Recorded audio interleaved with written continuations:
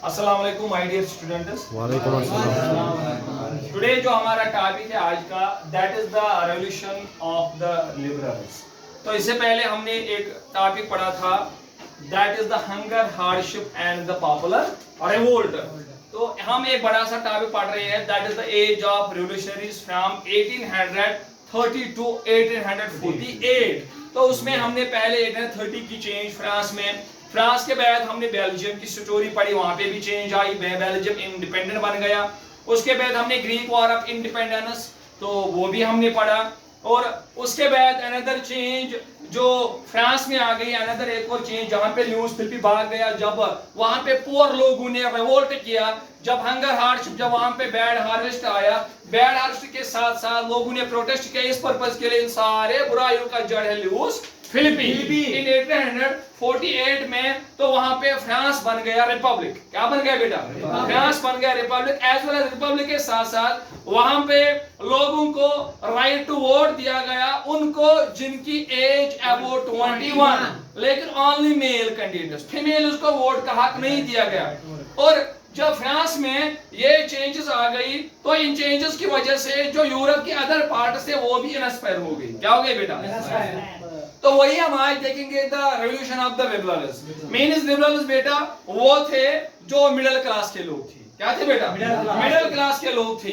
Middle class का मतलब है बेटा, ये आपको ध्यान में रखना होगा। For example middle class, another एक और class, middle class, that is the traders, that is merchants, that is businessman, etc. ये मिडिल क्लास मीन्स यहाँ पे मैंने एक दो सेंटेंसेस लिखे, that is the events of February 1848 in France had brought about the abdication of the monarch and a republic based on universal male suffrage had been proclaimed. Means जब France में 1848 में change आ गई, जब वहां पे monarch system को हटाया गया और वहां पे फ्रांस रिपब्लिक बन गया, एज वेल एज वहां पे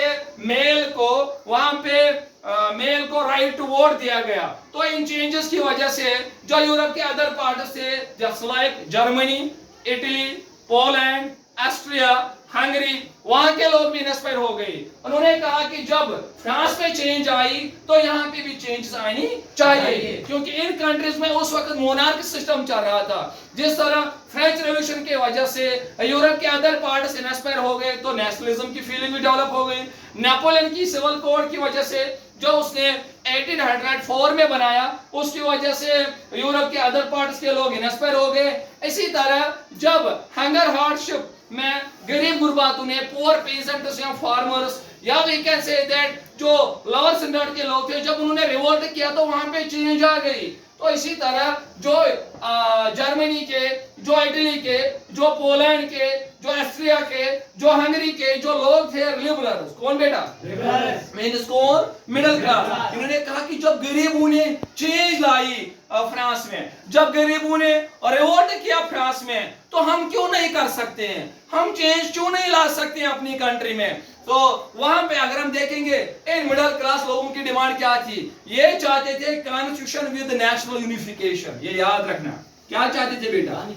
कॉन्स्टिट्यूशन विद नेशनल यूनिफिकेशन,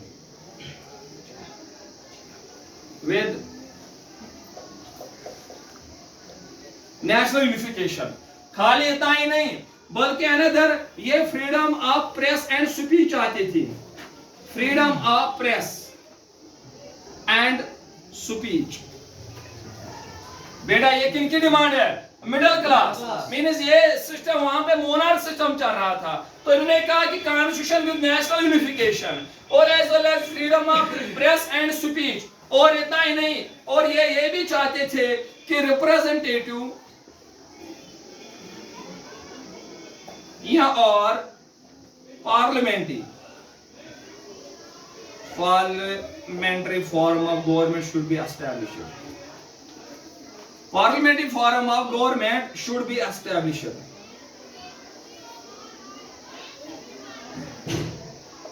तो ये चेंज चाहते थे, ये कहते थे कि वो गवर्नमेंट बननी चाहिए जिनको लोग इलेक्ट करेंगे, वो रिप्रेजेंटेटिव्स बनने चाहिए जिनको लोग इलेक्ट करेंगे। मींस ये मोनार्क सिस्टम को अपोज कर रही थी। कौन बेटा? मिडिल क्लास के लोग। कहां के? यूरोपियन कंट्रीज के। जस्ट लाइक जो मैंने भी कहा, जर्मनी के, इटली के, पोलैंड के, ऑस्ट्रिया के, हंगरी के जो मिडिल क्लास के लोग थे, उनका दावा यह था कि रिप्रेजेंटेटिव या और parliamentary form of government should be established. Means वो गवर्नमेंट बननी चाहिए जिनको कौन इलेक्ट करेंगे? लोग इलेक्ट करेंगे। अगर हम इन कंट्रीज में से एक कंट्री की बात करेंगे, दैट इज पुरुषिया। नाउ ये फिर जब यूनिफिकेशन ऑफ जर्मनी हुआ तो फिर ये पुरुषिया किसका पार्ट बन गया? जर्मनी का। मींस आगे एक स्टेट थी, ठीक है बेटा। तो अगर हम एक कंट्री की बात करेंगे, दैट इज जर्मनी। जर्मनी के जो मिडिल क्लास के लोग थे, उन्होंने सारे मिडिल क्लास लोगों को कहा, चाहे वो प्रोफेशनल आर्टिस्ट थे, चाहे वो बिजनेसमैन थे, चाहे वो ट्रेडर्स थे, चाहे वो मर्चेंट्स थे, उसमें male as well as female, ये याद रखना, male as well as means men as well as women। इनको कहा गया आ जाओ, हम एक है, हम सारे मिलके बैठेंगे, हम सोल्यूशन ढूंढेंगे, हम इस मोनार्क सिस्टम को कैसे एबॉलिश करेंगे, हम इस मोनार्क सिस्टम को कैसे खत्म करेंगे अपनी कंट्री में। आ जाओ सारे, हम मिलके बैठ के इन इश्यूज पे हम बात करेंगे, हम देखेंगे कि किस तरह इस मोनार्क सिस्टम को हम खत्म करेंगे, किस तरह हम कल्चर विद नेशनल यूनिफिकेशन, किस तरह हम अपनी right freedom of press, speech as well as हम किस तरह रिप्रेजेंटेटिव फॉर्म ऑफ गवर्नमेंट हम किस तरह एस्टैब्लिश करेंगे। तो इन्होंने कहा आजा सारे मिडिल क्लास के लोगों, लेकिन कौन बेटा? लिबरल्स। ठीक है, अब देखेंगे इन्होंने कौन सा रेवोल्यूशन लाया कि नहीं लाया, क्या ये सक्सेसफुल हुए कि नहीं हुए, जो ये चेंजेस चाहते थे, क्या ये जर्मनी में ये चेंजेस आए कि नहीं आए। तो इन बातों पे हम डिस्कस करेंगे। जब ये सारे आए तो ये एक जगह पे मिल गए, उस जगह का नाम है बेटा फ्रैंकफर्ट। क्या है बेटा उस जगह का नाम? ये याद रखना, फ्रैंकफर्ट। फ्रैंकफर्ट बेटा, ये जो फ्रैंकफर्ट ये किसी इंसान का नाम नहीं है, ये किसी बादशाह का नाम नहीं है, बल्कि ये जो फ्रैंकफर्ट है ये सिटी का नाम है बेटा। क्या है? सिटी। नाउअडेज उस टाइम ये पुरुषिया की एक सिटी थी, लेकिन आज अगर हम देखेंगे बेटा ये जर्मनी की एक सिटी का नाम है। फ्रैंकफर्ट एक सिटी का नाम है, ये किसी बादशाह का नाम नहीं है।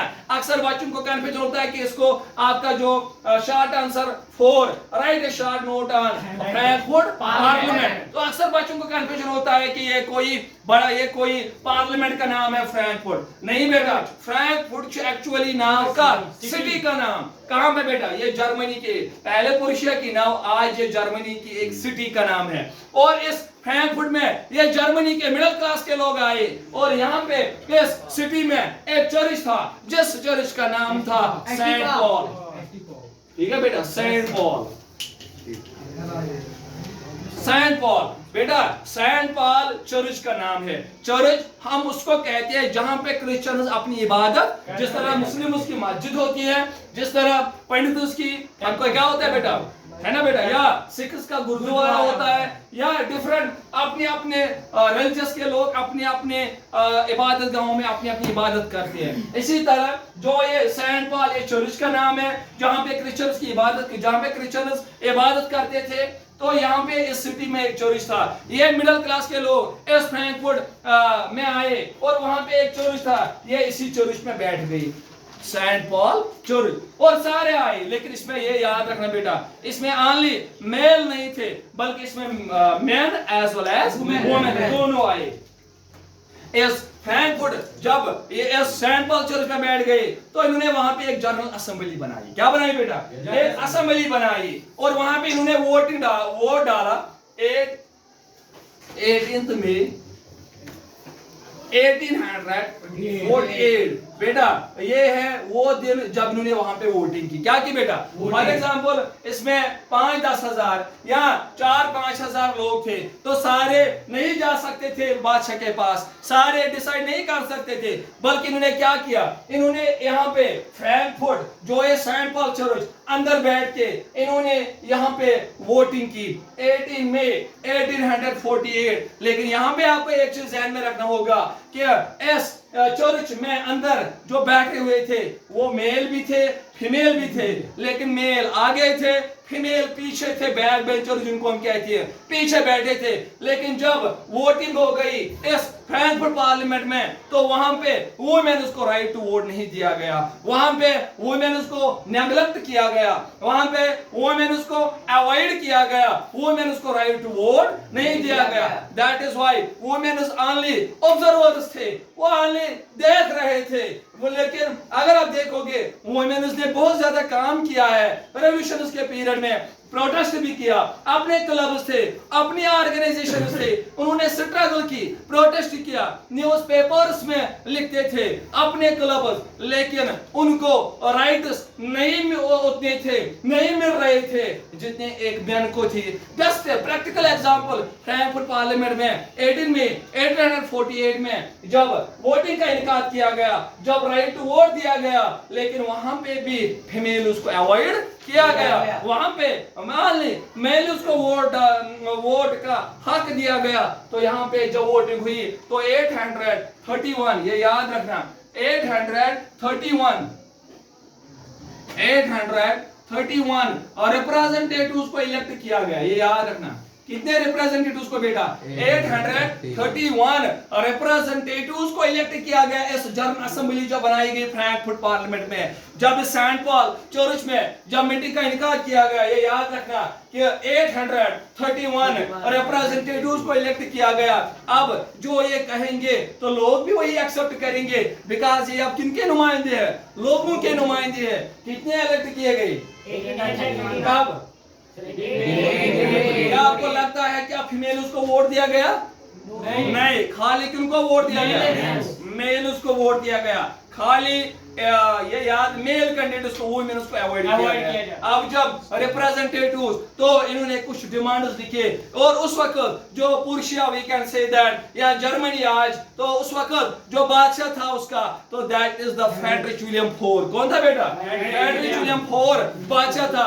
अब 831 जो रिप्रेजेंटेटिव्स थे, इन्होंने डिमांड्स अपने लिखी। उन्होंने कहा कि हम बादशाह को कुर्सी से नहीं हटा सकते हैं, लेकिन हम चेंज चाहते हैं। क्या चाहते हैं बेटा? हम चेंज, बादशाह वही रहे, हमें कोई प्रॉब्लम नहीं है उस इंसान से, लेकिन हमें सिस्टम से प्रॉब्लम है, हमें चेंज, हम चेंज चाहते हैं, हम रेवोल्यूशन चाहते हैं, हम फंडामेंटल चेंज चाहते हैं। तो दैट इज व्हाई इन्होंने पहली डिमांड, ये बहुत ज्यादा डिमांड, उतनी डिमांड हम यहाँ पे डिस्कस नहीं कर सकते हैं, क्योंकि हम थोड़ा बहुत लिटिल बिट ये कह सकते हैं कि first point, limit the powers of the king. पहला पॉइंट जो 831 जो रिप्रेजेंटेटिव्स को इलेक्ट किया गया, इन्होंने सबसे पहले डिमांड की limit the powers of the king. ये जो बादशाह है, मोनार्क बादशाह, एब्सोल्यूट मोनार्क सिस्टम चल रहा था उस वक्त जर्मनी या पर्शिया में। या तो क्या था कि जिस तरह फ्रांस में लियोस 16 जैसा बादशाह, इसी तरह हितोस्तुति बादशाह, तो इन्होंने एब्सोल्यूट मोनार्क था, मींस सारा पावर इसी के हाथ में था। पहला पढ़ने का limit the powers of the king. ये जो बादशाह है इसका पावर लिमिट होना चाहिए, इसके पावर क्या होना चाहिए? लिमिट। इसका पावर लिमिट करना, सारा पावर इसके हाथ में नहीं रहना चाहिए। और दूसरा पॉइंट, ये जो रूल करता है ये एज पर, आप इसको कॉन्स्टिट्यूशन के हिसाब से रूल करना चाहिए। किसके हिसाब से? ये कैसे रूल करूं? As per constitution. अब इसको रूल करना पड़ेगा एज पर कॉन्स्टिट्यूशन। इतना ही नहीं, इन्होंने कहा कि representative form of government should be established, freedom of press, ये डिमांड्स इन्होंने लिखे। अब ये गए और इन्होंने फ्रेडरिक विलियम के पास ये डिमांड्स रखी कि first of all limit the powers, another rule as per constitution, rule as per constitution. जब इन्होंने फ्रेडरिक विलियम IV जो उस वक्त का बादशाह था, जब इन्होंने ये मोनार्क बादशाह था, जब इन्होंने अपनी डिमांड्स इस बादशाह के पास रखे इन मिडिल क्लास के लोगों ने, या वी कैन से दैट इन लिबरल्स ने जब अपनी डिमांड इस बादशाह के पास रखे, तो उस वक्त बादशाह ये याद रखना कि बादशाह को बहुत ज्यादा उस वक्त जब ने अपने डिमांड्स रखे, लेकिन बादशाह को इन बादशाह ने इनकार किया। लेकिन वजह क्या है, बादशाह ने इन डिमांड्स को एक्सेप्ट क्यों नहीं किया? बादशाह ने इन लिबर या we can say middle class लोगों को अवॉइड क्यों किया? उन्होंने इनकी डिमांड क्यों नहीं सुनी? बिकॉज और रीजन क्या था? What are the reasons behind it? Reason क्या है इसके पीछे? वो ये था कि जो उस वक्त के जो नियरिंग कंट्रीज थे, चाहे वो अगर हम देखेंगे कुछ ऐसे यूरोपियन कंट्रीज जहां के जो बादशाह, उन्होंने कहा फ्रेडरिक विलियम को कि अगर आपने इन चेंजेस को एक्सेप्ट किया, इसका मतलब है अगर ये चेंज पर्शिया जर्मनी में आई, तो इसका मतलब है कि हमारी कंट्री के लोग भी इंस्पायर हो जाएंगे, वो भी अपने पैरों पे खड़े हो जाएंगे, वो भी हमारे खिलाफ जाएंगे, रिवोल्ट करेंगे, स्ट्रगल प्रोटेस्ट करेंगे, तो हमारी कुर्सी को भी खतरा है, हमारे लोग भी इंस्पायर हो जाएंगे। अगर हम इटली की बात करेंगे, पोलैंड की बात करेंगे, ऑस्ट्रिया की बात करेंगे, हंगरी की बात करेंगे, तो इन कंट्रीज के बादशाह ने कहा फ्रेडरिक विलियम को हम आपको सपोर्ट करेंगे, आप ये डिमांड एक्सेप्ट मत करना। क्यों? उनको पता था अगर जर्मनी में चेंज आई तो हमारी कंट्रीज के लोग भी इंस्पायर हो जाएंगे, हमारा ताकत भी, हमारी कुर्सी भी उलट पुलट हो जाएगी, हम बादशाह नहीं रहेंगे, हमारा ये पावर नहीं रहेगा फिर। दैट इज व्हाई कि बादशाह ने बहुत ज्यादा सपोर्ट किया, मोनार्क बादशाह ने किसको बेटा? फ्रेडरिक विलियम को। आप इन चेंजेस को एक्सेप्ट मत करना। और एक रीजन, और दूसरा रीजन जो आपके बुक में भी है वो ये कि जो फोर्सेस थे उस वक्त पर्शिया के या Germany we can say that आज, तो जो उस वक्त के फोर्सेस थे, इन्होंने बादशाह को कहा आप हमारे बादशाह हो, जो आप कहोगे हम वही करेंगे, हम आपके सपोर्ट है, हम आपके सपोर्ट में, हम उसी से मार था। किन्होंने कहा बेटा? फोर्सेस थे। That is why Frederick William ने कहा कि फोर्सेस भी मेरे हाथ में है, फोर्सेस ने बगावत नहीं की। और दूसरा, अदर कंट्रीज के बादशाह ने भी मुझे सपोर्ट किया। दैट इज व्हाई इन ये अपने पैरों पे पूरा खड़ा हो गया, ये मजबूती से ये खड़ा हो गया फ्रेडरिक विलियम। तो इसने फ्रेडरिक विलियम ने क्या कहा? फ्रेडरिक विलियम ने अपने फोर्सेस को हुक्म दिया इनको भगाओ यहां से। किनको बेटा? इन मिडल का जो चेंज चाहते थे, जो अपनी डिमांड लेके किसके पास गए थे? बादशाह के पास, फ्रेडरिक विलियम के पास। लेकिन फ्रेडरिक विलियम को जब सपोर्ट मिल गया बादशाह की तरफ से, आर्मी की तरफ से, इन्होंने इनकार किया। एंड लास्ट 31 ये याद रखना, मई 1848, ये याद रखना। ये डेट बुक पे नहीं है, ये आप याद रखोगे। इस डेट पे बेटा फ्रैंकफर्ट पार्लियामेंट को डिसबैंड किया गया। क्या किया गया? डिसबैंड। तो ये याद रखना 18 मई 1848 में रिप्रेजेंटेटिव्स को इलेक्ट किया गया, वोटिंग की गई, जनरल असेंबली बनाई गई। लेकिन फिर क्या हो गया बेटा कि इस फ्रैंकफर्ट पार्लियामेंट को डिसबैंड किया गया कब?